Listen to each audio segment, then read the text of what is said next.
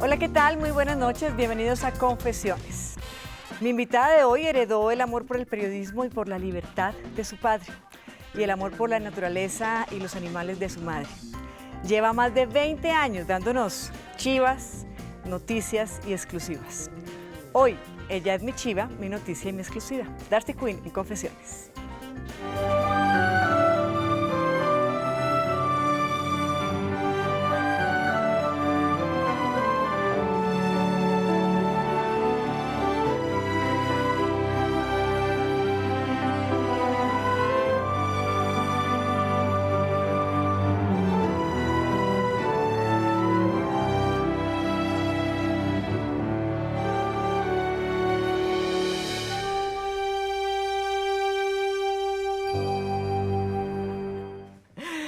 Con Darcy Quinn las chivas nunca paran, ninguna, ni las de las noticias, ni las que ve uno en la calle. Oiga, es una cosa impresionante la emoción que yo siento con una noticia. Ahí me han visto, no se me pasa. Es una cosa que definitivamente no se me pasa. La adrenalina que me... Yo tengo una chiva la noche anterior a levantarme para 6 a.m., no puedo dormir. No puedo dormir de la emoción. ¿En serio? No puedo conciliar el sueño de que amanezca y quiero llegar ya y dar mi noticia y me imagino cómo la voy a decir y todo. O sea, es una cosa impresionante. Es como una droga, de cierta forma, sí, ¿o no? Sí, esa es mi droga. Yo que soy tan, digamos, juiciosa en el tema de cigarrillos y todo y licor y cosas de esas, mis chivas son mis drogas, o sea, es lo que... Pero eso viene también un poco de la historia con su papá, usted acompañándolo en el tambo de pueblo en pueblo, buscando la noticia para la revista alternativa para la cual él trabajaba, Enrique Santos. Es un poco como que nace de ahí, ¿o no?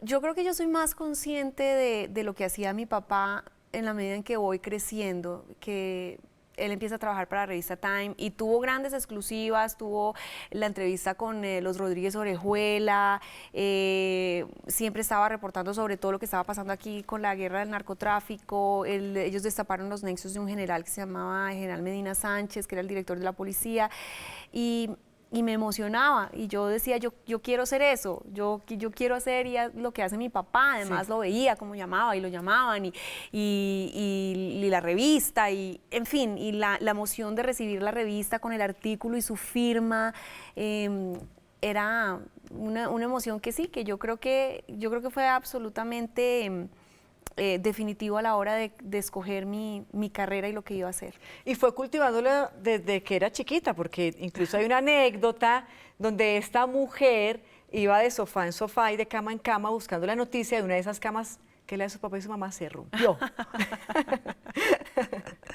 ¿Sí, nosotras sí, o sea, es decir, nosotros, o sea, yo siempre hacía periódicos, hacía programas de radio en la grabadora, sí, cogíamos el cassette y entonces mis hermanas tenían que hacer las cuñas y yo siempre era la presentadora, era la directora, sí. Claro, yo era la presentadora de los reinados de belleza de todas las niñas y, mejor dicho, no había nada que hacer. Todo el mundo en mi familia sabe perfectamente lo que yo iba a hacer y no había ninguna duda sobre cuál iba a ser mi profesión desde siempre. El tema era que si iba a estar en radio, en televisión o en prensa, pero de alguna manera he pasado como por todos estos medios a lo largo de mi vida y lo que me falta. Lo que todavía le falta, por supuesto, porque está muy joven, pero esa anécdota, ¿usted se acuerda? Nos la contó una de sus hermanas, que se cayó la cama y entonces ustedes como que intentaron poner la cama y que después sus papás creyeron que se había roto la cama por ellos, por otras cosas. No, sí. Nosotras éramos terribles, o sea, nosotras,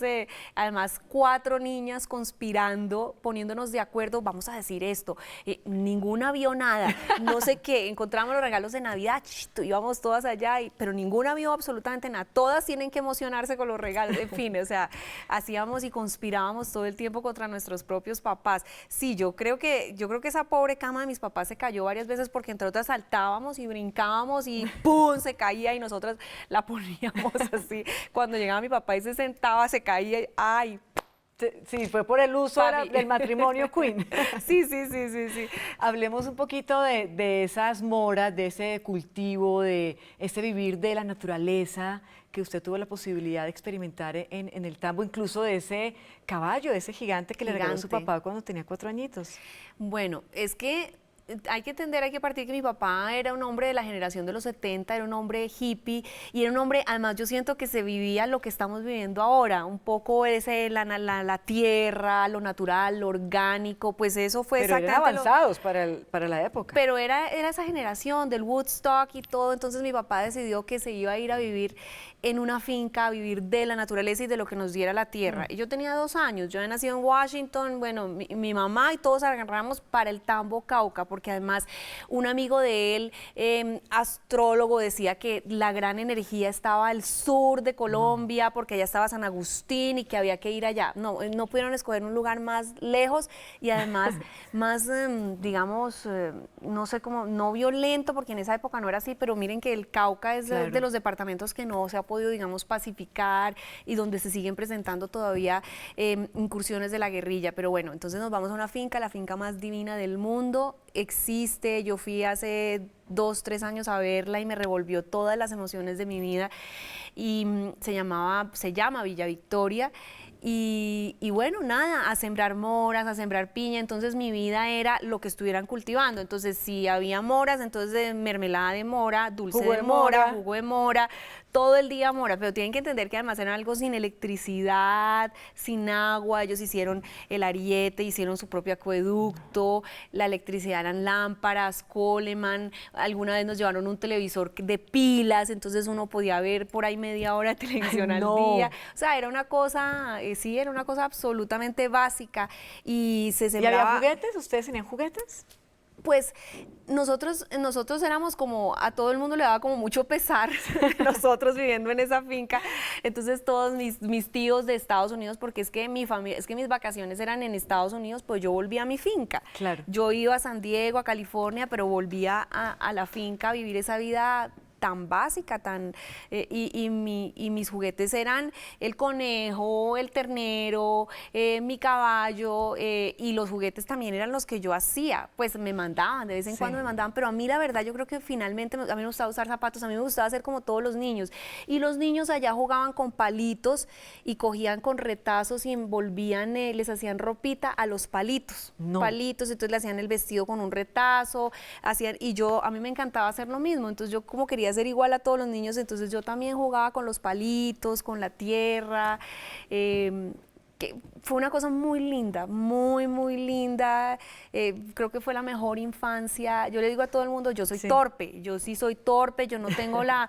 movilidad fina, no, yo no la tengo, pero tengo la gruesa, o sea, yo subo árboles, trepo, corro, porque esa fue mi infancia, y fue una infancia llena de libertad, de creatividad, porque tenía que inventarme todo, hacía mis mundos, fue la mejor, digamos, fue el mejor regalo que me pudieron haber dejado mis papás, permitir que yo me criara en ese espacio, y creo que eso pues ha sido determinante en mi vida y en cómo enfrento yo las dificultades, los obstáculos, todo lo que le presenta a uno la vida siempre. Pero además desde chiquita también le ha gustado la platica, ¿iba al pueblo a vender moras o no?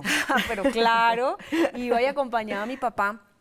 Vendían miel, vendían moras, lo que se estuviera dando. Recuerdo mucho que sacábamos miel en una época, todos eran épocas, entonces sacamos miel y la tal miel se alborotaban las abejas y todos salíamos como monstruos. A mí me picaban y toda hinchada, llena de picazones, llegábamos con un ojo cerrado, el otro, llegábamos así a vender la miel de abejas envasada, y todavía la gente se acuerda. Fue muy lindo cuando fui, porque se acuerda mi papá, un hombre de 2 metros, gringo, nada más exótico en esa época, finales de los 70, exactamente, en el Tambo Cauca, y llegaba con tengo esa imagen de él, o sea, con su canasto lleno de mora en las bolsitas, o de la miel que le vendía a la gente en el pueblo, o se iba a agarrarse con los carniceros, porque los carniceros metían el ganado sin permiso y sin pagar el pastaje en nuestra finca. Entonces mi papá llegaba furioso, yo a veces llegaba con mi papá y él se iba histérico y agarraba y los ponía contra la... Y yo no entendía qué estaba pasando y era mi papá agarrado con los carniceros del pueblo que abusaban y metían toda su ganado. A veces uno, digamos que como papá educa con el ejemplo. Usted se ha puesto a pensar, si su papá viviera, ¿qué pensaría de usted hoy en día? Para nadie es un secreto que usted es de las mejores periodistas de este país. O sea, ¿qué podría él estar pensando? Ay, mi papá era divino. Yo no tenía ni siquiera un año de experiencia en el periodismo y él ya decía, no, es que yo ya no soy Tom Quinn, yo soy el papá de Darcy. Es que ya soy el papá. No, mi papá era el hombre más orgulloso de que yo hubiera existido, seguido su camino, que yo fuera como su heredera en ese sentido. Yo estoy segura que mi papá obviamente sería un gran crítico y me diría y seguramente comentaríamos, pero sería maravilloso porque tendríamos una conversación, tendríamos todo en común, podríamos hablar de mil cosas y yo no me cabe la menor duda de que él estaría muy orgulloso de mí. Yo creo que está muy orgulloso de mí. Por supuesto que sí, ella es Darcy Quinn en Confesiones, ya volvemos.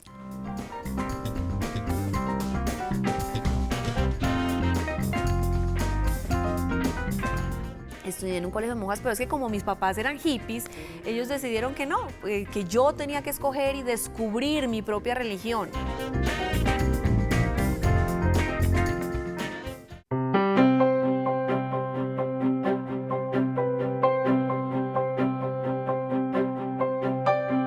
Nos conocimos en el primer semestre en la Javeriana por allá en el año 90. Darcy siempre ha sido una persona líder y cuando tú eres líder generas dos cosas, o te quieren mucho o no te quieren ni poquito. También era al final como un poquito de envidia porque obviamente todos estábamos en la universidad estudiando, pero ella ya estaba en los medios, ya se estaba haciendo una carrera que obviamente era lo que todos aspirábamos, ¿no? Entonces ella empezó antes que los demás.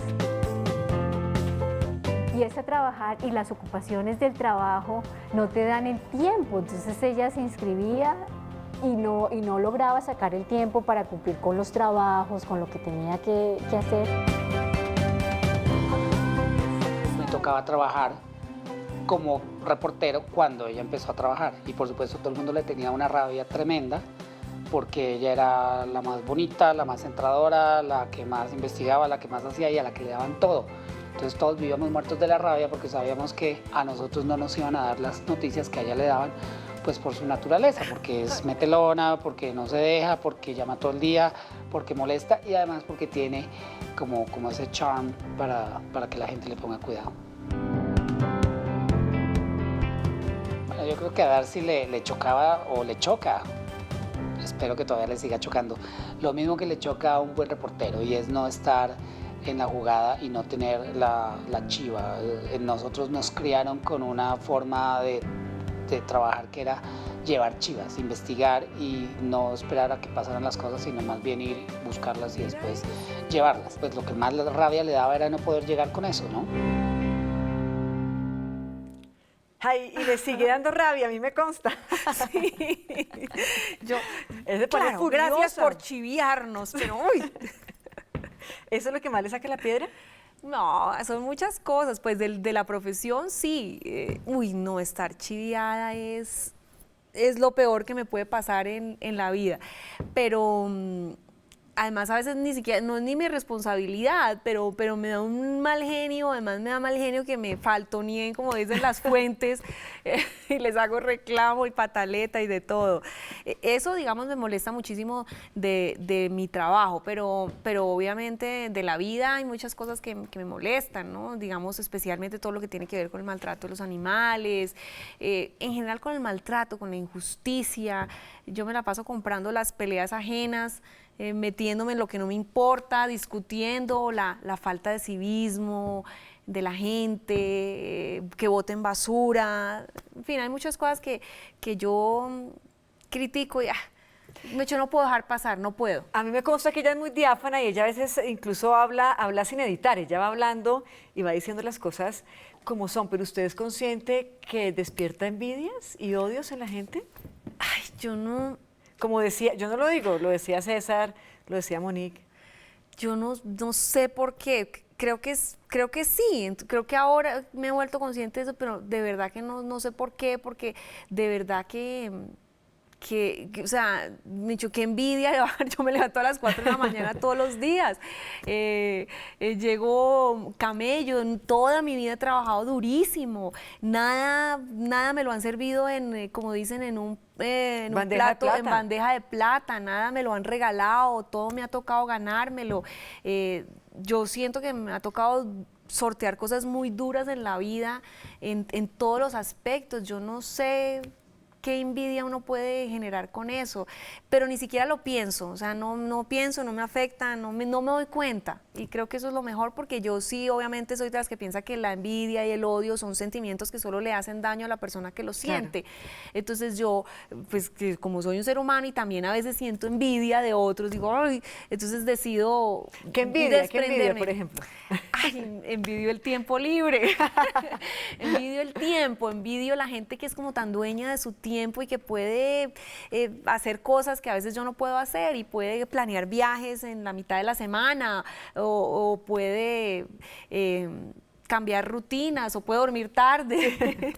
esas cosas las envidio, y además también envidio personas que pueden dedicarse exclusivamente a sus pasiones, sin que eso tenga necesariamente que ser un tema de supervivencia laboral, claro, ¿no? Es decir, esas personas que pueden decir, me voy a dedicar a ayudar a la gente, me voy a dedicar a ayudar a los animales, no necesito estar pensando en un sueldo ni en una compensación, sino voy a dedicar mi vida a hacer esto. Qué delicia, o sea, yo de verdad a veces quisiera hacer eso, o sea, dedicarme a hacer esas cosas y no tener que pensar que tengo que trabajar y que tengo que ganarme un sueldo y pagar los recibos. Oiga, Darcy, ¿es verdad que usted se graduó después de 18 años de estar trabajando en periodismo? Sí, yo no lo lograba, es decir, yo hice mis prácticas. Después de 18 años. Después de 18 años, un año que tuve sabático, el único año sabático de mi vida, me dediqué a terminar mi carrera. Realmente era un tema de la tesis y unas cuantas materias. En la Javeriana fue muy difícil lograrlo, o sea, me pusieron 1000 trabas. Entonces fui a la Sergio Arboleda y fueron muy amables y me dijeron, claro, Darcy, ven. Me valieron unas materias, cogimos certificados, esta la tienes que hacer, presentaba trabajos, iba a clases y me gradué. Pero aquí confiésenos entre nos, ¿y para qué se graduó? O sea, realmente si ya había, digamos que estaba su nombre, su prestigio formado, sólido. Porque son de esas cosas en la vida que no lo dejan dormir a uno, esa cosita que usted no acabó y no hizo, ese ciclo que no cerró y que le está dando uno vueltas. Era algo que yo tenía ahí en la vida, como cuando uno dice, tengo que hacer esta vuelta, tengo que hacer tengo que hablar con esta persona, tengo que arreglar las cosas con esta otra. Era algo que yo tenía que hacer y que me debía. Además, porque tampoco pierdo la ilusión de estudiar más. O sea, claro, no pierdo la ilusión. Doctorados. Exacto. Doctorado de verdad, ¿no? Que están tan de moda, quiero volverme doctora. No, de verdad, o sea, quería por lo menos tener la tranquilidad. Era una cosa que no me dejaba dormir, era una cosa que mi papá quería que yo hiciera. Y me lo insistía, y yo todos los semestres, él me daba la plata, yo iba y me inscribía y trataba de ir, pero yo estaba ya engomada con el periodismo, ya estaba trabajando en 24 horas, entonces no quería soltar eso, y la verdad lo fui posponiendo hasta que llegó la muerte de mis papás y ya no era una opción. Claro. Es decir, ya, digamos, ya uno se tiene que dedicar a trabajar y tomarme el tiempo para ir a terminar mi carrera, ya eso dejó de estar en el panorama. ¿Y dónde tiene el diploma? Ay, por allá está. No, está muy bonito en una... ¿Lo enmarcó? No lo he enmarcado, lo tengo en una cosita ahí, en un sobre como de cuero o algo así, como me lo entregaron, así fui y lo puse, pero lo tengo. ¿Es una carpetica de cuero que se dobla? Sí. Lo tengo, y para mí es una satisfacción, y mi graduada con mis hermanas fue Malú, María Lucía, que es una amiga mía. No, toda mi vida ha sido así, ¿no? Yo me bauticé también tardísimo, hice la primera comunión antes de casarme, primera comunión y confirmación, entonces toda mi vida ha sido como así, eso extemporáneo. Que es un colegio de monjas, ¿no? Sí. estudié en un colegio de monjas, pero es que como mis papás eran hippies, ellos decidieron que no, que yo tenía que escoger y descubrir mi propia religión. Entonces, nunca me bautizaron y luego digo yo, y ustedes me meten en un colegio de monjas, Claro. donde yo vivía atormentada, que no se enteraran de que yo no era bautizada porque me iban sacando y le hacía y todo el mundo, Darcy, ya hazte la primera comunión, es hora de que te haga la primera comunión. Y yo, no, es que esto, es que lo otro. Imagínense ese tema, o sea, esto era una tortura total. ¿Y hoy en día creen en Dios? Claro, creo absolutamente en Dios. Tengo que decir que yo no soy la más católica, no voy todos los domingos a misa, pero y tengo muchas diferencias con la Iglesia Católica, pero yo creo en Dios y voy a rezar porque es una relación con Dios y le estoy muy agradecida y necesito creer en Él. ¿Y cuál es quizá ese mayor milagro que usted puede decir o confesar de su vida? Pues yo creo que fue un milagro que todas nosotras lográramos tener la fortaleza de superar la pérdida de nuestros padres siendo tan chiquitas todavía, que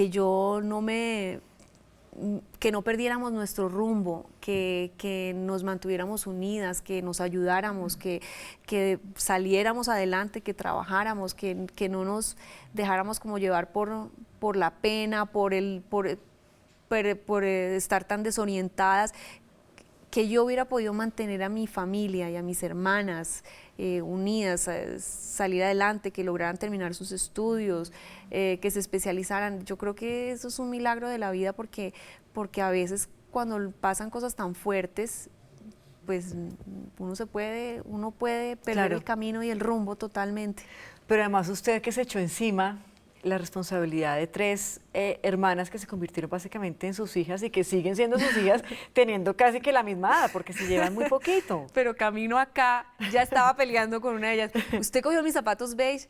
Sí, los tengo, pero yo me los iba a poner. O sea, yo decía, no puede ser que yo todavía esté teniendo estas conversaciones y estas peleas con mis hermanas. Yo no digo que me las eché encima. Yo ejercí un papel de liderazgo entre ellas, pero ellas son unas viejas berraquitas que también salieron adelante, que son muy juiciosas, son muy trabajadoras. Yo estoy muy orgullosa de todas ellas, o sea, cada uno de sus triunfos. Anoche estaba en una comida de las que ellas organizaron y cada cosa, soy súper crítica y súper dura, pero ellas son mi orgullo y son mi familia y son mi amor, y yo me muero por mis hermanas.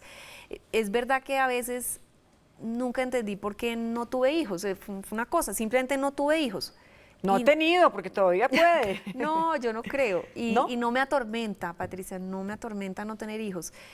Ustedes lo saben, es decir, ya no me genera ninguna frustración. Yo ya fui mamá, he sido mamá de mis hermanas, mamá, además desde chiquitas, porque le ayudaba siempre a mi mamá, cambiaba los pañales de mis hermanas. Yo creo que ya he sido mamá toda la vida, de los hijos que no son míos, de la hija de Monique, del hijo de Alberto, pues también. Entonces, no. Ya, yo digo eso es algo que yo ya he cumplido y que lo sigo haciendo, y entonces la naturaleza es sabia y no traje hijos a este mundo porque, entre otras, también es un mundo que me angustia y me preocupa mucho sobre el futuro de todos esos niños que están naciendo. Me angustia, ¿no? ¿Van a tener agua, no van a tener agua? ¿Cómo va a ser el clima? ¿Cómo van a ser todos los fenómenos? La economía, la guerra. Sí, yo soy toda trascendental. Y de verdad que es así, o sea, ella no es una pose, porque mucha gente se sienta aquí a echar un discurso interesante, pero de verdad que ella es así, a ella le interesa a los animales, le interesa el tema del agua, le interesa el tema de la tierra, del planeta, etcétera. Después de la pausa me cuenta ese sueño que usted tuvo precisamente la noche en que sus papás partieron antes que todos nosotros. Ya volvemos, ella es Darcy Quinn.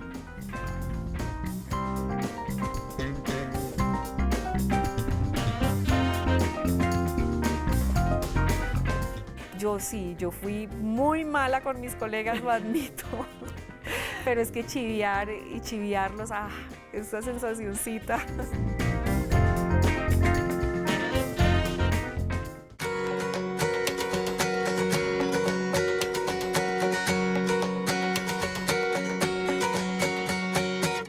La vida no le dio hijos, físicos, pero que la vida le ha dado muchos hijos.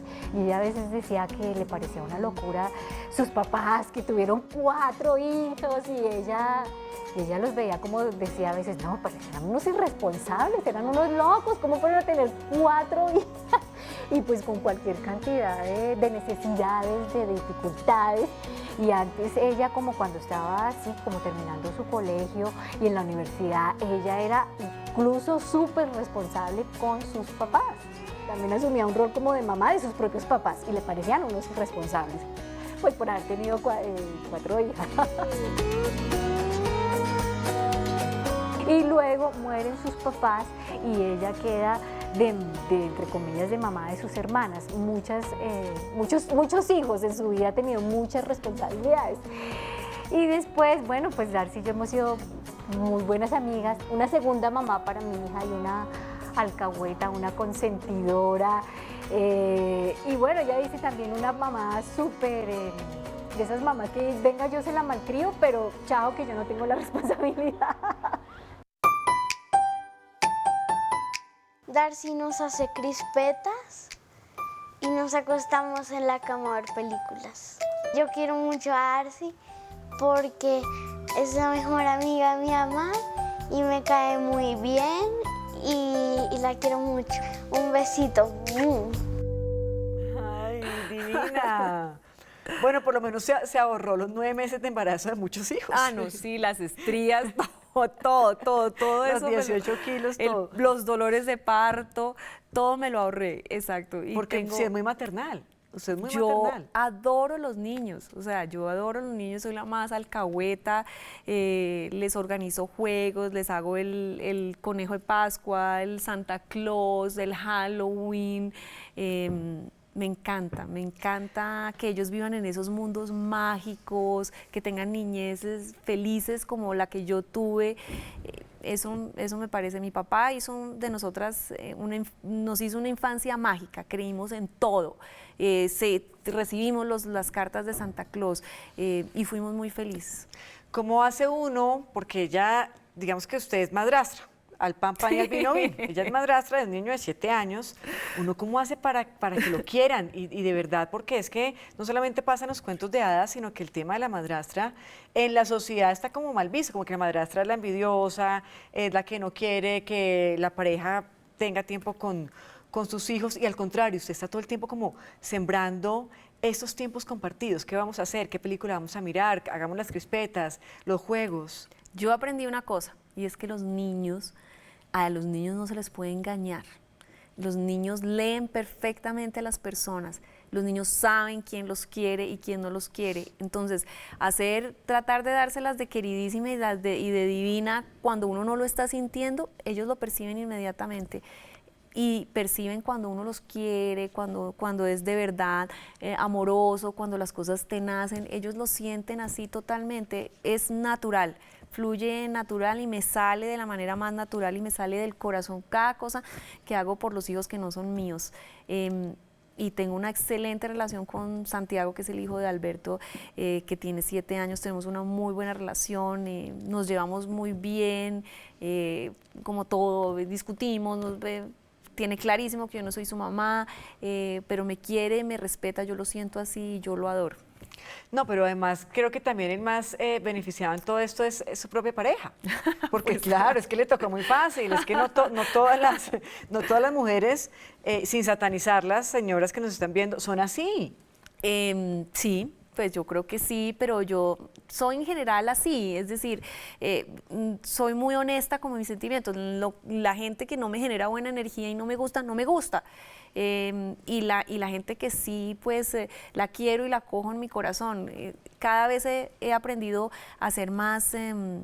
digamos, consecuente con mis cosas y con lo que creo, y no hacer las cosas por compromiso, y no ir a temas sociales por compromiso, y no tener amigos por compromiso, porque es lo que toca, porque me conviene. No, cada vez me siento más por encima de eso, y creo que eso viene con los años y con la vida, y cada vez pues estoy con la gente que quiero, tengo los amigos que quiero, ya no necesito nuevos amigos, yo ya tengo los amigos que quiero.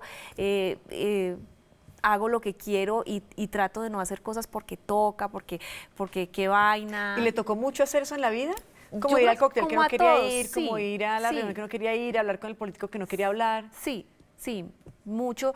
Me tocó hacerlo mucho tiempo porque además había que estar en determinados escenarios porque era importante quedar bien con este, quedar bien con el otro, por relaciones laborales, por relaciones sociales, y con decir que fui a toros y es una de las cosas como que más me arrepiento en mi vida. Fui a toros porque me parecía que socialmente era lo que había que hacer, porque la gente lo hacía y porque era como lo in.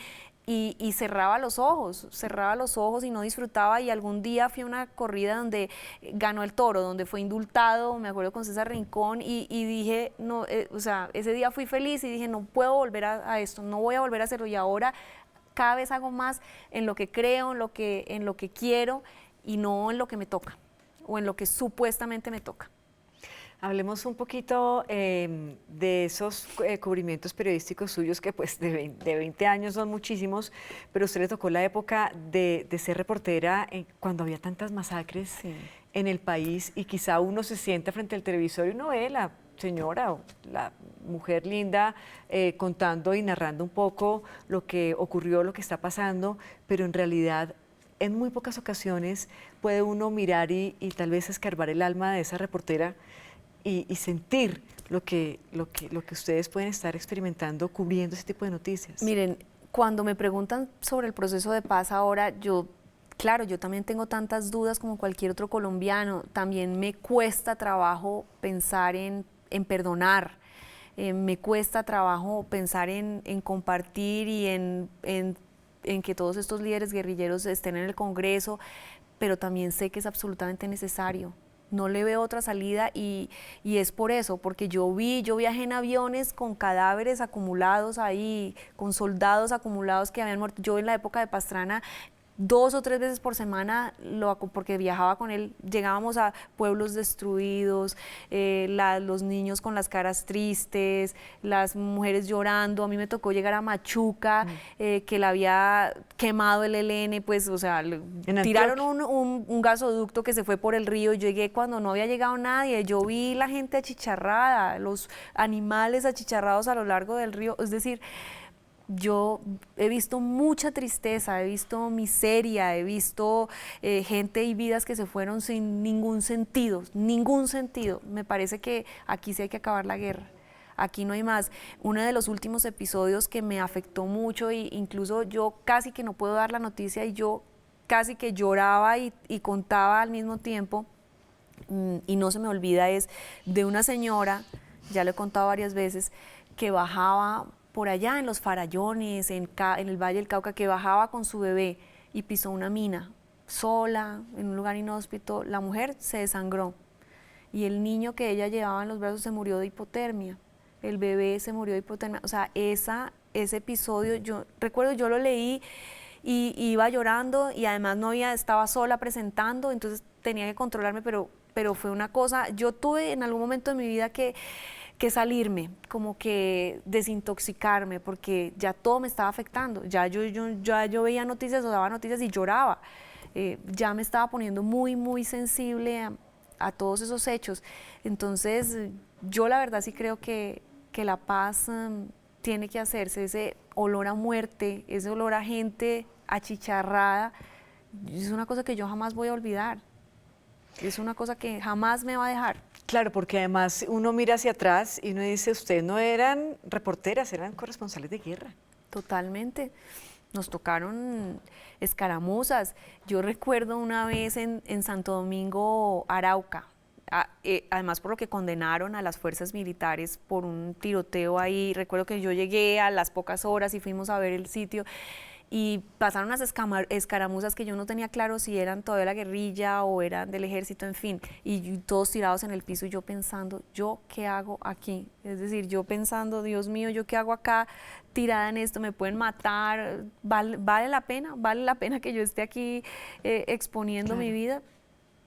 Sí, son ¿Y si vale preguntas, la pena? Sí, sí vale la pena. Oiga, es verdad que una vez ya mi mamá dijo, es que de todas ustedes, la que más se parece a mí es Darcy Quinn.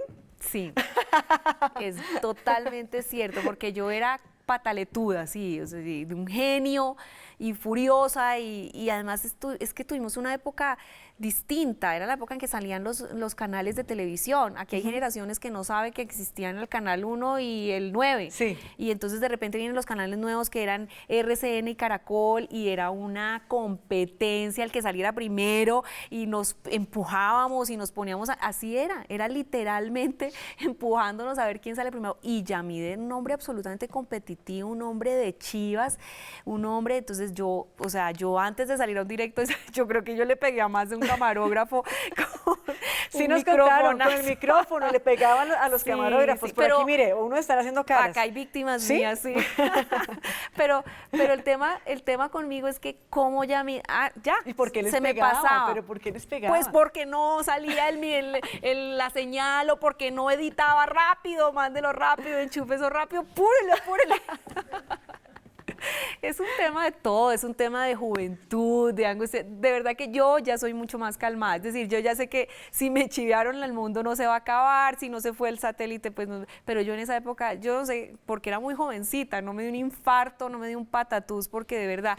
Pero se me pasa los 5 minutos y ya. Y es verdad perfecto, también, y los es verdad. amo a todos, y soy la más chévere, vámonos a almorzar todos, la más querida. Pero otra perlita. Ella cogía, claro, todos iban a cubrir, no sé, Palacio. Entonces ella se inventaba que la noticia era en el Ministerio de Justicia y mandaba a todos sus compañeros al Ministerio de Justicia y ella se quedaba con la noticia en Palacio. Sí. No, es que no era así, no, yo no los engañaba. Yo lo que pasaba era que estábamos todos en un evento por fuera de Palacio cubriendo un discurso del presidente. Yo me enteraba de una noticia, entonces yo llamaba y decía, pónganme la microonda en el Palacio. Y yo me escapaba, dejaba la cámara ahí y me escapaba, digan que estoy en el baño.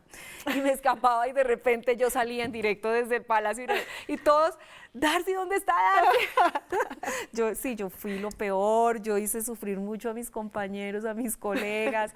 Yo me acuerdo un amigo, Jesús Erney, que cubría para RCN, me decía, Darcy, yo comiéndome un perro caliente con mi esposa tranquila y de repente prendo el televisor y Darcy diciendo, atención, que van a extraditar al primero de cuando se restablecía el tratado de extradición y que el pobre, ese pálido. Yo fui muy mala con mis colegas, lo admito. Pero es que chiviarlos, esa sensacioncita. Sí, ven, ¿no? Ya la están conociendo. Muchas confesiones esta noche con Darcy Quinn. No nos ha contado la historia del sueño, pero ya después de la pausa seguramente estará aquí con nosotros.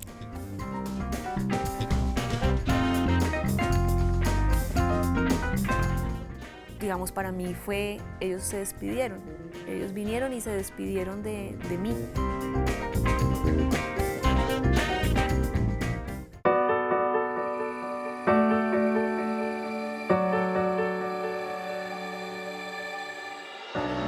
Darcy era como Superplay, ella era Darcy Quinn. Es una persona que nunca se queda con nada guardado. Todo lo que piensa, a veces no lo filtra y lo va diciendo. Te puede decir honestamente, óyeme, pero qué zapatos tan horribles que te pusiste hoy. Entonces a veces por eso, a veces puede herir susceptibilidades. Es como contradictorio. Todo el mundo cree que ella es una mujer es muy sofisticada y que es supremamente que es snobby, pero no, ella es muy sencilla y a ella la conmueven las cosas sencillas.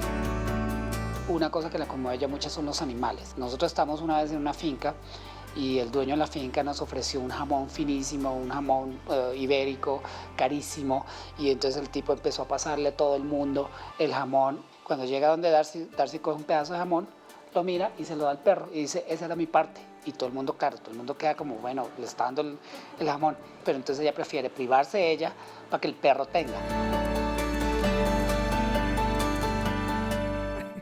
¿Es verdad todo eso o no? Totalmente cierto. Eso fue en la casa de Vanessa de la Torre y de Diego Santos y ellos furiosos.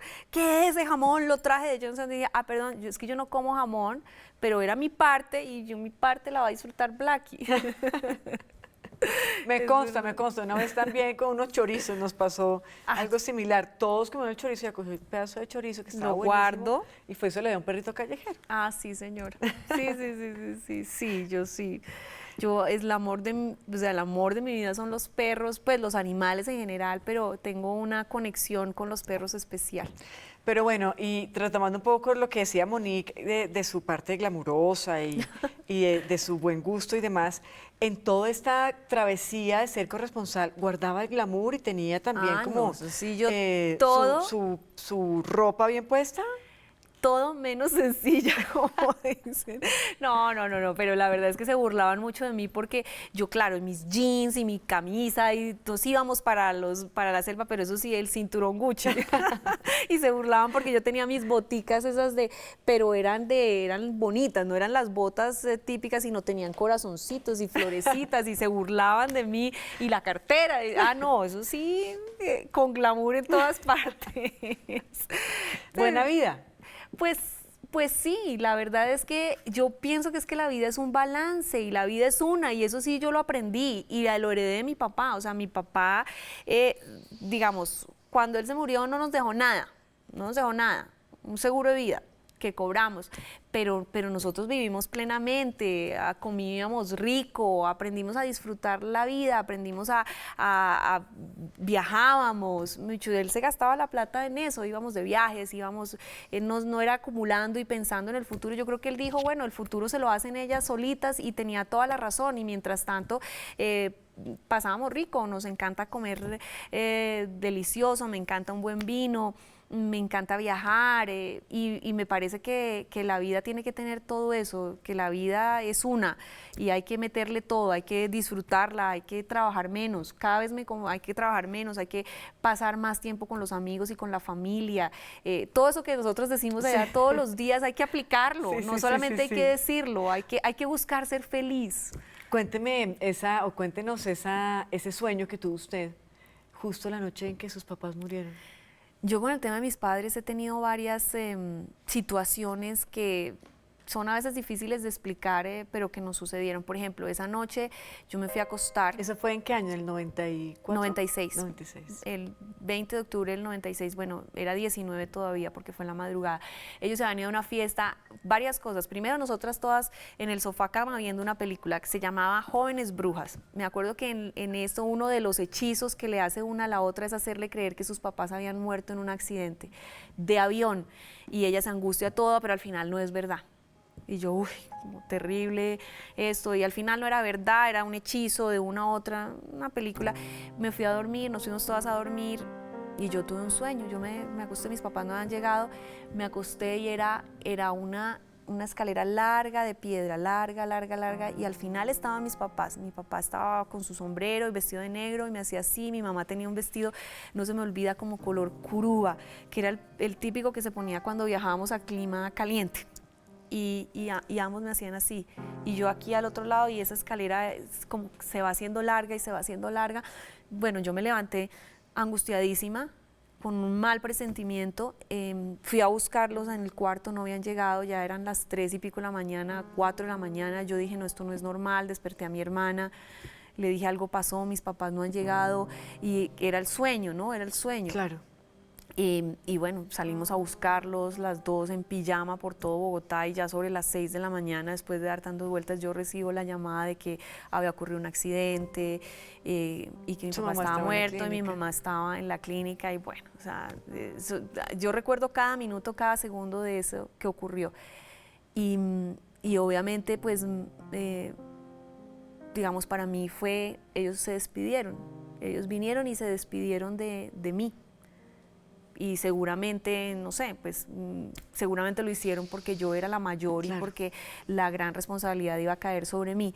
Pero también después, una vez en una visita al cementerio, yo también recuerdo las 4, íbamos cada domingo al cementerio a llevar flores, y de repente un día todas peleando unas a otras, furiosas, y compramos las flores en un mismo sitio, y llegamos a la tumba y destapamos las flores, estábamos todas furiosas, y de repente abrimos una de las columnas que mi papá escribía en El Tiempo, estaba en ese periódico que llevaba envuelto las flores, sí, y además era una columna... ¿Y decía qué? ¿Tom Quinn? Sí, y tenía una foto de él.